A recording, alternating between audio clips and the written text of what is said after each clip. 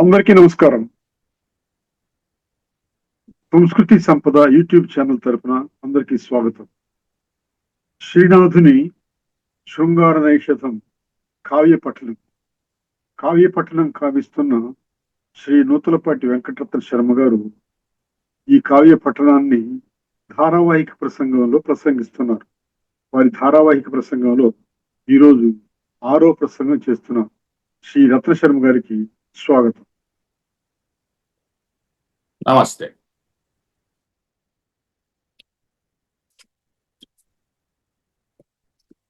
తమ్ములు తన్ను ముగ్గురును దైవముగా గురుగా మహానిధానముగా దాతగా తమ వనంబుల భావన చేసి గొల్వ భాగ్యములకెల్ల నెల్లయై కాంచె ప్రసిద్ధి నృప ప్రధాన రత్నం మగు మంత్రి పెద్దన ఉదాత్తమతిన్ రఘురాము కైవడిన్. శ్రీ రఘురాముని ఎలా అయితే సోదరులు చేరి కొలుస్తూ ఉంటారో అలా ఇక్కడ పెద్దన మంత్రిని ఆయన సోదరులైనటువంటి ముగ్గురు అలా సేవిస్తున్నారు అని. తమ్ములు తన్ను ముగ్గురు కూడా దైవముగా గురుగా మహానిధానముగా దాతగా ఇదిగో ఇన్ని రకాలుగా తమ మనంబుల భావన చేసి కోల్వన్ ఇది ఈ రకంగా వాళ్ళు సేవిస్తున్నారు. తమ మనస్సుల్లో ఆయన్ని పెద్దగా చూస్తున్నారు, మహానిధిగా చూస్తున్నారు, గురువుగా చూస్తున్నారు, దైవంగా చూస్తున్నారు, ఇలా భావిస్తున్నారు. అలా సేవ చేస్తున్నారు ఈ ముగ్గురు సోదరులు అన్నగారికి. భాగ్యములకెల్ల నెల్లయై కాంచె ప్రసిద్ధి నృప ప్రధాన రత్నం మగు మంత్రి పెద్దన ఉదాత్తమతిన్. ఇదిగో అందరికన్నా పెద్దవాడు అయినటువంటి ఈ పెద్దన మంత్రి భాగ్యములన్నిటికీ కూడా సంపదలన్నిటికీ కూడా ఎల్లయై హద్దులాగా, హద్దు ఎల్ల అంటే భాగ్యములకెల్లా ఎల్లయై కాంచన్ ప్రసిద్ధిని పొందాడు. ఎలా అంటే రఘురాము కైవడిందని ఒక పోలిక. శ్రీ రఘురాముడు భరత లక్ష్మణ శత్రుఘ్నులతోటి ఎలా అయితే సేవలు అందాడో అలా ఇక్కడ ఈ పెద్దన సోదరులతోటి సేవలు పొందుతున్నాడు. గౌతమ గోత్ర విఖ్యాతుడు ఆపస్తంభ పరమ సంయమి సూత్రపావనుండు గారాపు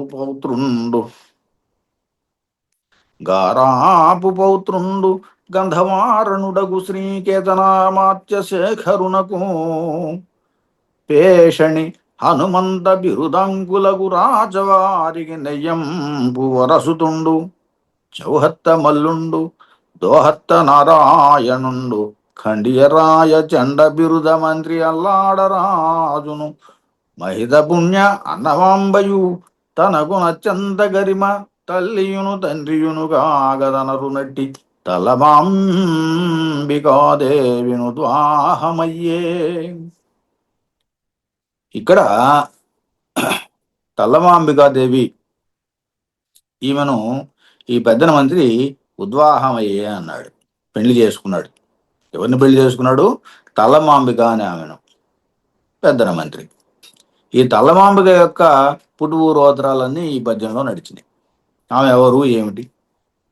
తండ్రి అల్లాడరాజు, తల్లి అన్నమ్మ, తాత భేషణి హనుమంతుడు, ముత్తాత కేతన మంత్రి. ఇంత పుట్టుపూర్వోత్తరాలు సాగినాయి ఈ పద్యంలో.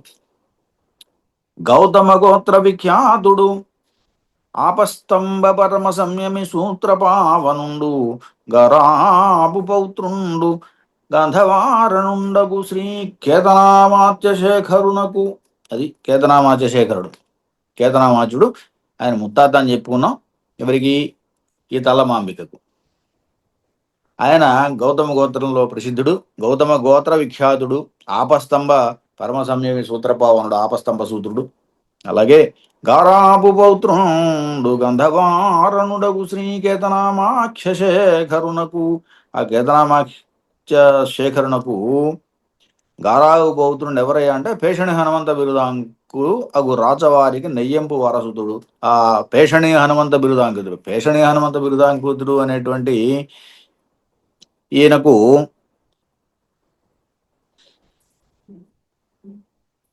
ఈ ఈ ఈమెకు తాత అవుతాడు, కేతన ముత్తాత అవుతాడు. ఆయన పుత్రుడు పేషణి హనుమంత బిరుదాంకితుడు.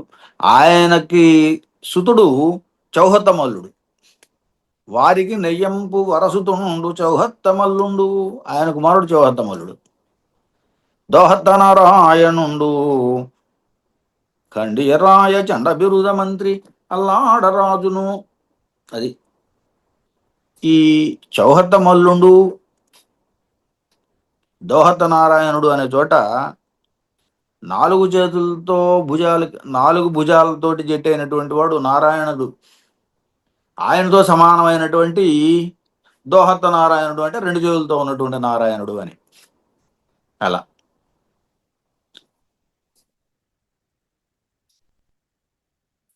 ఇట్లా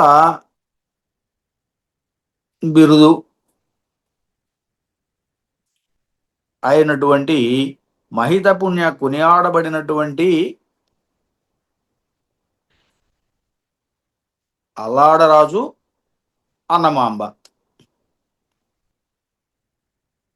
ఈ దోహత నారాయణుడు ఖండియరాయ చండ బిరుద మంత్రి అల్లాడరాజు, మహిత పుణ్య అన్నమాంబ. తనకు అత్యంత గరిమ తల్లియు తండ్రియు కాగా తనరు నటి తల్లమాంబికాదేవిని వివాహం అయ్యాయి. ఈ తల్లమాంబికాదేవి యొక్క తల్లి తండ్రి అల్లాడరాజు, అలాగే అన్నమాంబ. అలా ఈయన వరుస చెప్పుకుంటూ వచ్చాడు. పెద్దన మంత్రి తల్లమాంబను వివాహం అయ్యాడు. ఆమెకు తండ్రి అల్లాడరాజు, తల్లి అన్నమ్మ. వాళ్ళ తాత పేషణి హనుమంతుడు, ముత్తాత కేతన మంత్రి. ఇది వరుస. వనితారత్నము తల్లమాంబికకు శ్రీవత్సాంకతుల్యుండు పెద్దనకున్ పుట్టిరి నందనుల్ విమల విద్యా భారతీ వల్లభుల్ వినతాసూను సమాన విక్రమనిధుల్ వీరుండు వేమాహ్వయుండును శ్రీ పెగ్గడ దండనాథ తెలకుండున్ సింగనామాత్యుడున్. వీళ్లకు మళ్ళీ సంతానం కలిగింది. ఆ సంతానం వివరం ఇక్కడ ఉన్నది. వనితారత్నము తల్లమాంబికకు శ్రీవత్స అంకతుల్యుండు పెద్దనకున్ పుట్టిరి. ఈ పెద్దనకు తలమాంబికకు పుట్టిన సంతానం నందనుల్ విమల విద్యా భారతీ వల్లభుల్ వినతాసూను సమాన విక్రమనిధుల్. విద్యల్లోనేమో భారతీ వల్లభులు, విద్యా భారతీ వల్లభులు అన్నాడు. విమల విద్యా భారతీ వల్లభులు. వినతాసూను సమాన విక్రమ నిధులు అన్నారు. వినతాసూనుడు అంటే గరుత్మంతుడు, గరుత్మంతుడు అంటే పరాక్రమం కలిగిన వాళ్ళని. వినతాసూను సమాన విక్రమ నిధులు. వీరుండు వేమాహ్వయుండు, మొదటివాడు వేమన, వేమాహ్వయుడు అని. 2 శ్రీప్రగ్గడ దండనాథ తిలకుండున్ సింగనామాత్యుండున్. ప్రగడ అలాగే దండనాథ తిలకుడు, సింగనామాచుడు చివరివాడు. ఇలా వీళ్ళు సంతానం.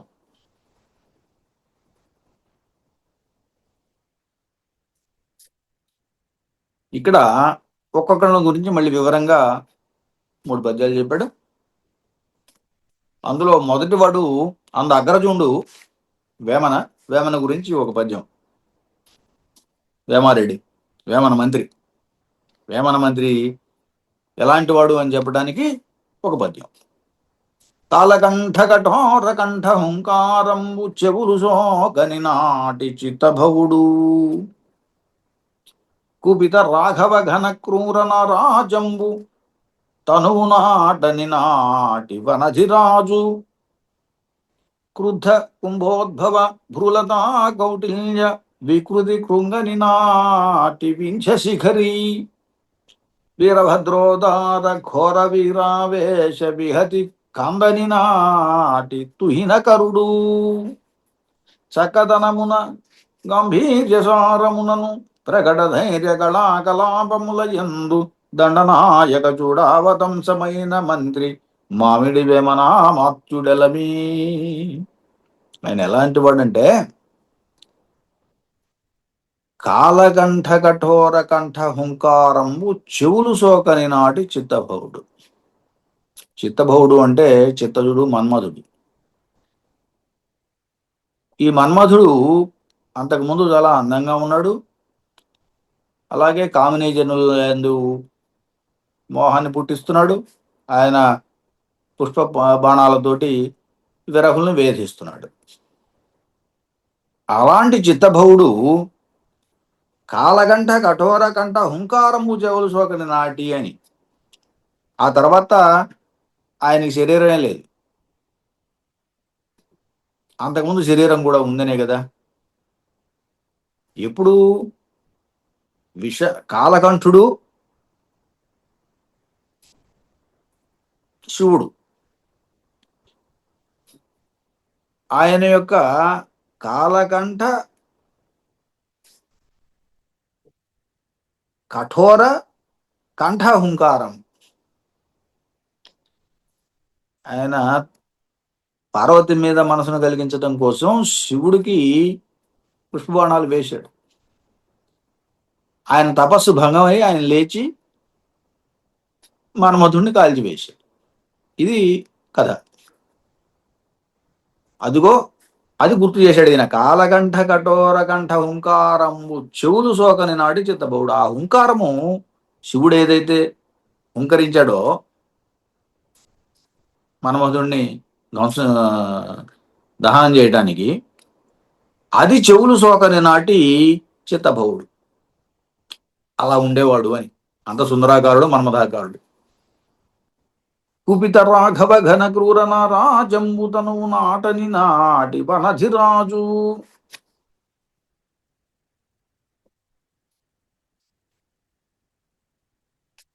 రాఘవుని యొక్క ఘనమైనటువంటి క్రూర నారాజము బాణం, అది కూడా కుపిత రాఘవుడు అన్నాడు. కోపించినటువంటి రాఘవుడు. కుపిత రాఘవ ఘన క్రూర నారాజము తనువు నాటని నాటి వనధిరాజు.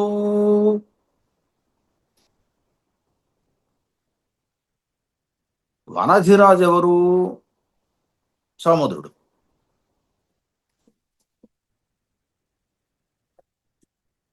వనము అంటే నీరు, వనధి అంటే సముద్రం, వనధిరాజు అంటే సముద్రుడు. ఆయనకి దోవ ఇవ్వలేదని ఆయన సముద్రుడి మీద లంఘించాడు. ఇక్కడ లంకన చేరడానికి. అది అలాంటి రాఘవుని యొక్క కోపంతో ఉన్నటువంటి రాముని యొక్క గొప్ప క్రూరమైనటువంటి బాణం సముద్రుని తాకక ముందు అని. తనువు నాటని నాటి వనధిరాజు. అంత గంభీరంగా ఉంటాడు, అంత ధీరతో ఉంటాడు అని.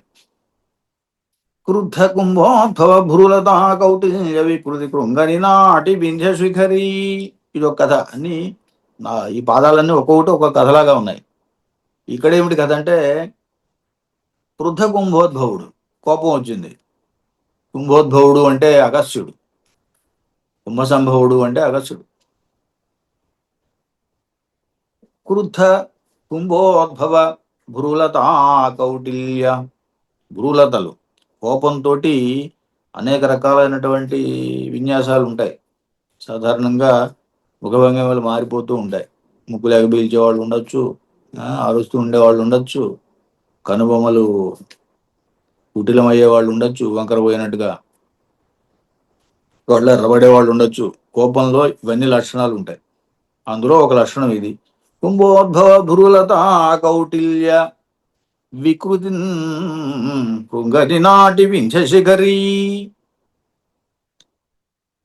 ఆ కోపానికి ఇది ఒక కథ. వింధ్య మేరు పర్వతాలు రెండు పోటీపడి ఒకదానికొకటి పెరగడం మొదలుపెట్టినాయట. ఆ సందర్భంలో ఇదిగో అగస్త్య మహర్షి కోపానికి వాళ్ళిద్దరూ కూడా సాష్టాంగపడి నమస్కారం చేశారని.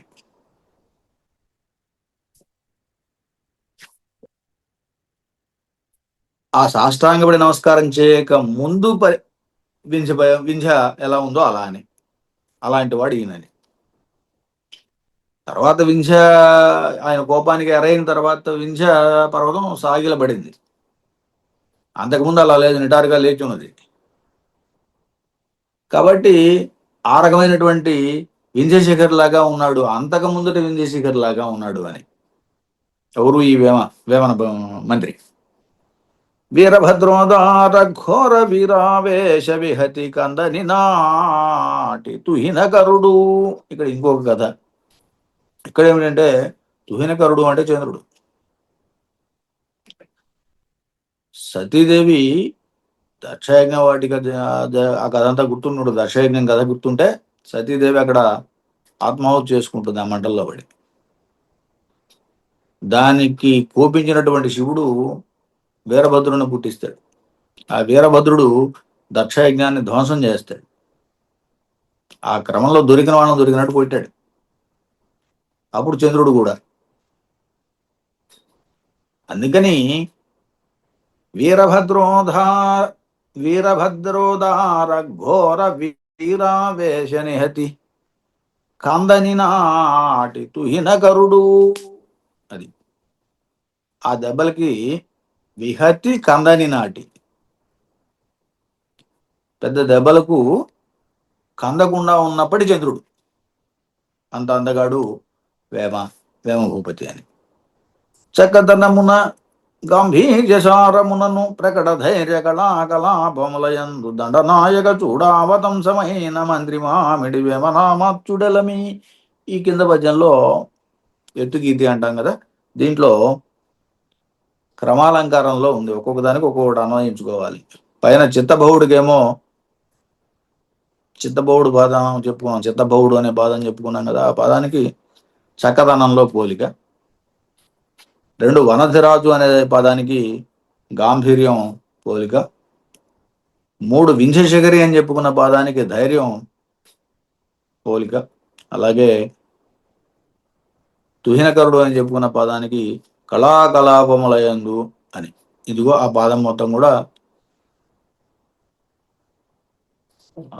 క్రమసంఖ్యాలంకారంలో అన్వయించుకోవాలి. దండనాయక చూడావతంసమైన మంత్రి మామిడి వేమనామాత్యుడలమి. ఇలా వేమన్ ఉన్నాడు, వేమన మంత్రి ఉన్నాడు అని. వేమన మంత్రి ఇంత గొప్పగా ఉన్నాడు అని చెప్పడానికి. ఆయన అందం గురించి చెప్పాడు, మన్మధుడు లాంటి వాడు అని. అలాగే గాంభీర్యంలో సముద్రుడు వంటి వాడని చెప్పాడు. అలాగే ధైర్యంలో వింధ్యపర్వతం వంటి వాడని చెప్పాడు. అలాగే కళలలో చంద్రుడు వంటి వాడు అన్నాడు. ఇలా వేమన మంత్రి ఉన్నాడు అని చెప్పడం. తగు కైవారమునర్ప విక్రమ కళా ధౌరేయతాశాలి శ్రీ ప్రగడన్న ధ్వజనీషుడు అంబునిధి గంభీరుడు శుంభద్విషన్నగర ద్వారక పాటన విధాన ప్రౌఢవాహార్గళాయుగళుండాహవ సవ్యసాచి ధరలో ఒక్కండు పేరుక్కునన్. ఇక్కడ చక్కని సమాజం. శుంభద్విషన్నగర ద్వార కవాటపాటన విధాన ప్రౌఢ బాహార్గళాయుగళుండు. తగు కైవారవనర్ప విక్రమకళాధౌరేయతాశాలి శ్రీ ప్రగడన్న. సరే, పరాక్రమ విలాసంతో ఒప్పుతూ ఉన్నటువంటి ఈ ప్రగడన్న.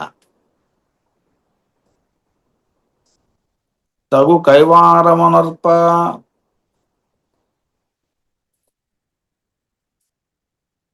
కైవారము అంటే స్తుతి, పొగడత.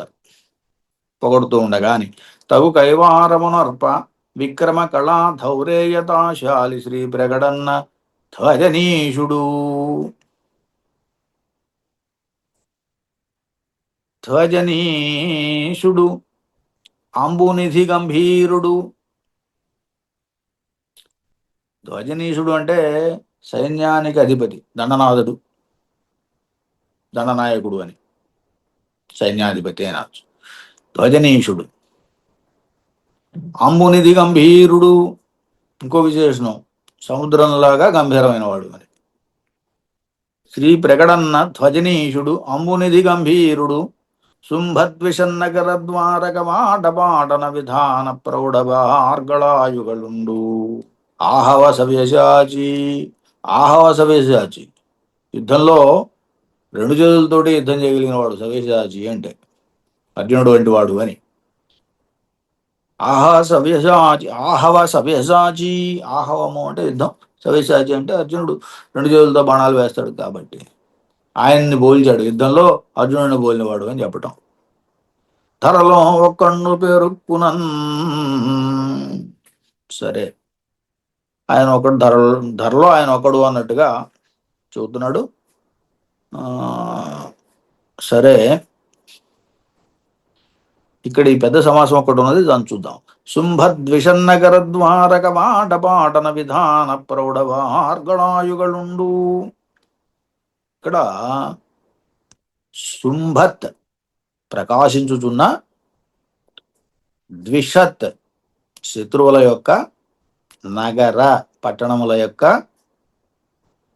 ద్వార తలుపులు, దర్వాజలు తలుపులు, వాటి యొక్క,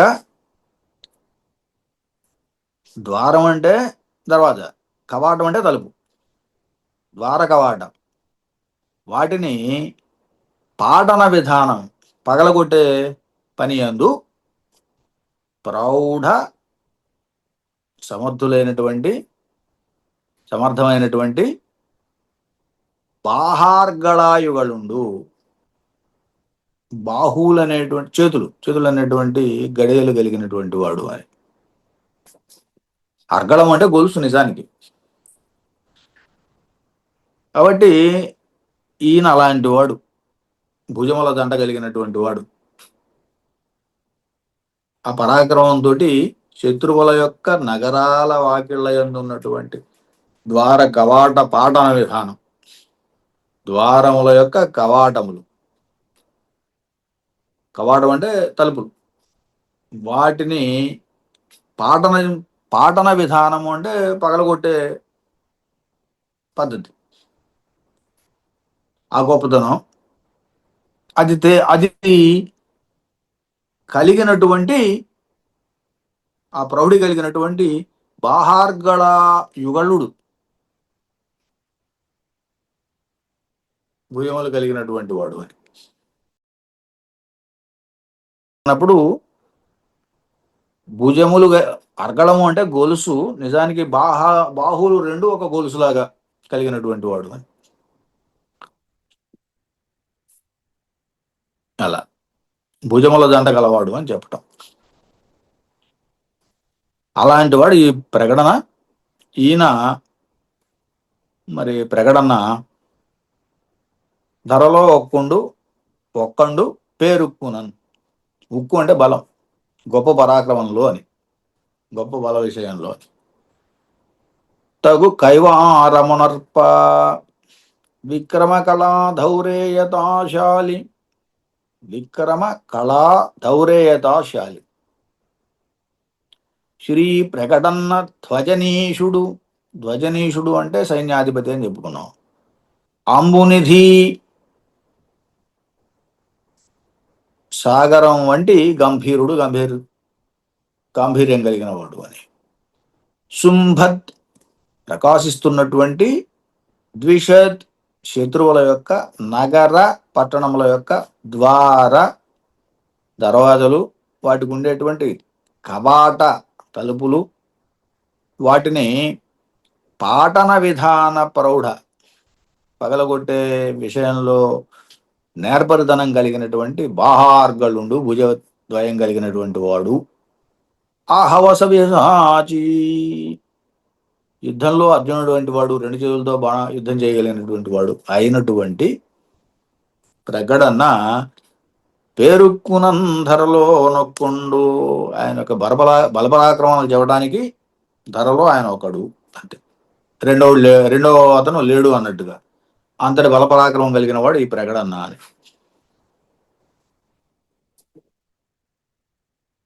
గగన కల్లోలిని కల్లోల మాలిక హల్లీసకములతో నవఖళించి చరమ సంధ్యాకాల సంఫుల్ల మల్లికాస్తవక పంక్తులతోట సరసమాడి శరదాగమారంభ సంపూర్ణ పూర్ణిమా విమల చంద్రికలతో వియమంది బిసరుహాసన వధూ పృథు పయోధర భారహార వలరులతో అనగి పెనగి వెలయునెవ్వాని అభిరామ విమల కీర్తి అతడు త్రిభువన రాయ వేష భుజంగ గదన గాంధీవి జగనబ్బగండ బిరుద శాశ్వతండొప్పు సింగన సచివరుండు.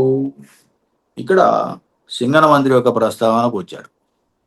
వీళ్ళ ముగ్గురులో మొదటివాడు వేమన, రెండోవాడు ప్రగడన్న, మూడు సింగన. సింగన మంత్రి ఎలాంటి వాడు అని చెప్పడానికి ఇదిగో ఈ పద్యం. ఈ పద్యాన్ని రేపు చూద్దాం. ఈ రోజుకి స్వస్తి. శ్రీనాథుని శృంగార నైషధం కావ్య పఠనం ధారావాహిక ప్రసంగంలో ప్రసంగించిన శ్రీ నూతలపాటి వెంకటరత్న శర్మ గారికి ధన్యవాదాలు.